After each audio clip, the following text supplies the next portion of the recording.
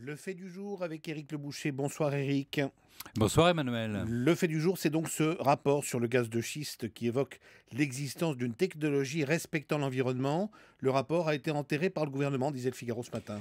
Oui, la polémique principale n'est pas tellement d'avoir enterré ce rapport, cela arrive souvent dans l'administration qu'un rapport dérangeant soit rangé dans un tiroir. Non, le scandale, c'est la France qui fait l'autruche avec le gaz de schiste. La France de Nicolas Sarkozy, comme celle de François Hollande, ne veut pas savoir si elle en a du gaz, combien elle en a et comment l'extraire de façon propre.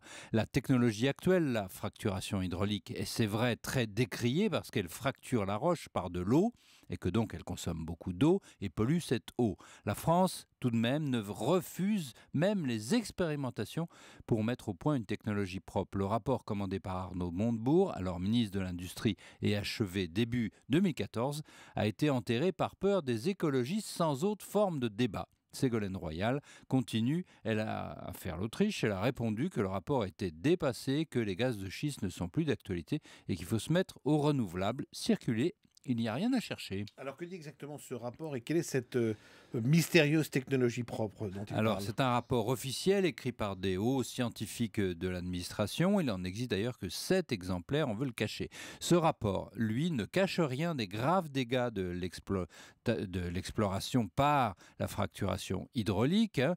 Mais une technologie alternative existe, la fracturation par fluoropropane, qui a beaucoup d'avantages, à commencer par ne pas consommer d'eau ni d'additifs chimiques. Le fluoropropane est en outre réutilisable. Les auteurs du rapport demandent simplement qu'on procède à 8 expérimentations, 8 petits trous en Île-de-France et dans le Sud-Est. Et puis le rapport insiste aussi sur l'enjeu économique que représente le gaz de schiste. Oui, ça, il est énorme. Arnaud Montebourg s'est très souvent trompé de combat, mais là, il voyait juste. Selon les estimations, la France posséderait dans son sous-sol entre 50% de sa consommation de gaz sur 30 ans, et le double, entre 50 et le double, et entre 6%, là c'est beaucoup moins, de sa consommation de pétrole et 13% de cette consommation. Ça représente au total entre 120 000 et 250 000 emplois sur 30 ans, et soit aussi 0,2% ou 0,4% d'accroissement du PIB annuel. C'est donc important, ça n'est pas non plus l'Eldorado. Il ne faut pas se tromper sur ce rapport. Le gaz de schiste ne va pas sauver la France à lui tout seul. Il faudrait que cette nouvelle technologie aussi soit fiable. Mais on ne sait rien de tout ça. Le scandale, encore une fois, c'est qu'on ne veut même pas le savoir. Merci Éric Le Boucher. Manuel Faux, Europe Nuit, autour du monde. Autour du monde, le regard international d'Henri Guirchoun qui revient sur le massacre de jeudi dernier au Kenya, à l'université de Garissa, qui a fait 148 morts, dont 142 étudiants. En ce troisième et dernier jour de deuil national, une veillée en hommage aux victimes a lieu ce soir dans tout le pays. Elle a été précédée d'une manifestation dans la capitale Nairobi pour protester contre l'incapacité du gouvernement à protéger la population. On peut dire, Henri, que ce jour de deuil est aussi un jour de colère. Effectivement, Emmanuel, et il n'est pas impossible que cette colère s'amplifie et qu'elle s'exerce aussi, comme souvent, contre la minorité musulmane, avec des agressions dans les mosquées, des rafles et des emprisonnements arbitraires, notamment dans les régions frontalières de la Somalie.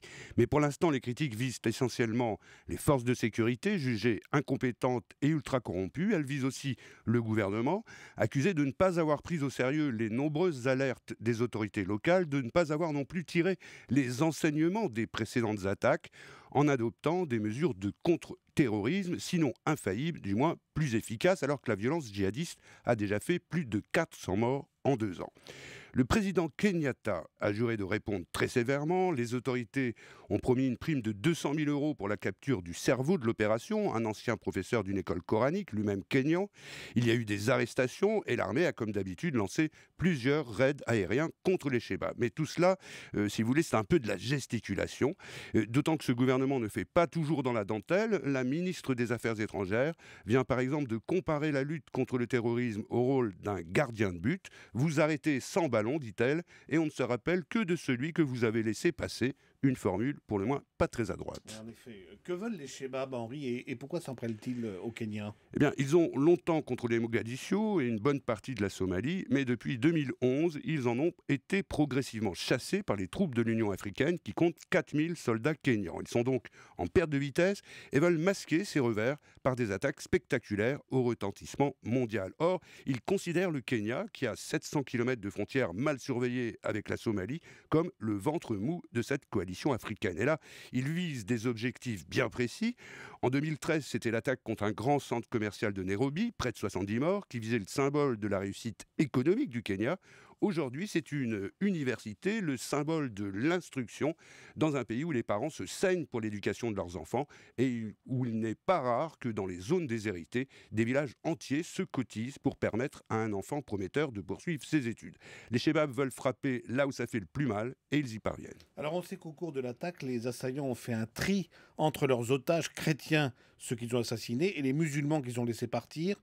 Donc on ne peut pas parler d'un massacre à l'aveugle. Non, c'est même tout le contraire. Au-delà de leur barbarie, les Chebabs poursuivent là encore un objectif politique en soufflant sur les braises des divisions ethniques et religieuses qui minent toujours le Kenya entre un centre développé, multi-ethnique, mais à majorité chrétienne, et une zone frontalière longtemps négligée, majoritairement musulmane, avec des jeunes le plus souvent au chômage, même lorsqu'ils sont diplômés, et souvent aussi victimes de discrimination. Ce qui fait d'eux un excellent terreau pour les agents recruteurs des Chebabs. C'est un cercle vicieux. Alors on évoque souvent l'existence d'un arc djihadiste en Afrique.